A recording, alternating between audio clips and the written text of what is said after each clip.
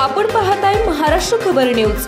या बातमीचे प्रायोजक आहेत श्री गणेश ज्वेलर्स अँड सराफ हडपसर पुणे।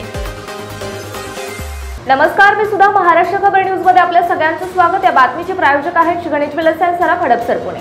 जगभरात 2019 मध्ये सुरू झालेल्या कोरोना विषाणूचा प्रादुर्भाव वेळोवेळी वाढतच आहे। कोविड साथीच्या 2 वर्ष जगात कहर केला होता।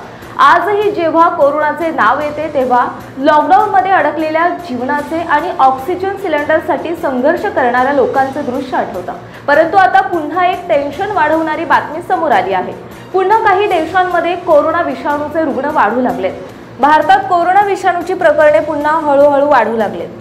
सरकारच्या ताज्या आकडेवारीनुसार 12 मे पासून अपडेट केलेल्या डॅशबोर्डवर एकूण 257 सक्रिय रुग्ण दिसून येत आहेत। यापैकी बहुतेक प्रकरणे केरळ, तामिळनाडू आणि महाराष्ट्रातून नोंदवली गेली आहेत। याबाबत आरोग्य तज्ज्ञांनी मोठी माहिती दिली। सिंगापूरमध्ये कोरोनाचे नव्याने रुग्ण आढळल्यामुळे भारतात देखील मोठी चिंता व्यक्त केली जाते।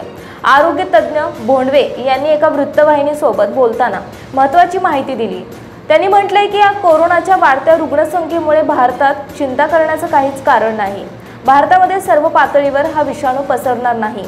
कोरोनाचे नवे व्हेरिएंट जास्त मारक नाही।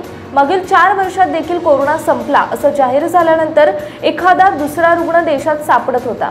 त्यामुळे कोरोनाचा आता भारतात थोड्याफार प्रमाणात शिरकाव होऊ शकतो, परंतु लाट येईल असं काही वाटत नाही।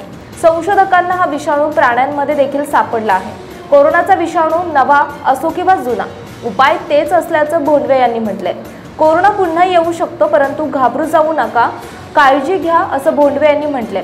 हाँगकाँग आणि सिंगापूर सारख्या शहरांमध्ये विषाणूच्या प्रकरणांमध्ये मोठी वाढ होत आहे। ब्लूमबर्गच्या अहवालानुसार आरोग्य अधिकाऱ्यांनी परिस्थितीबाबत अलर्ट जारी केला आहे।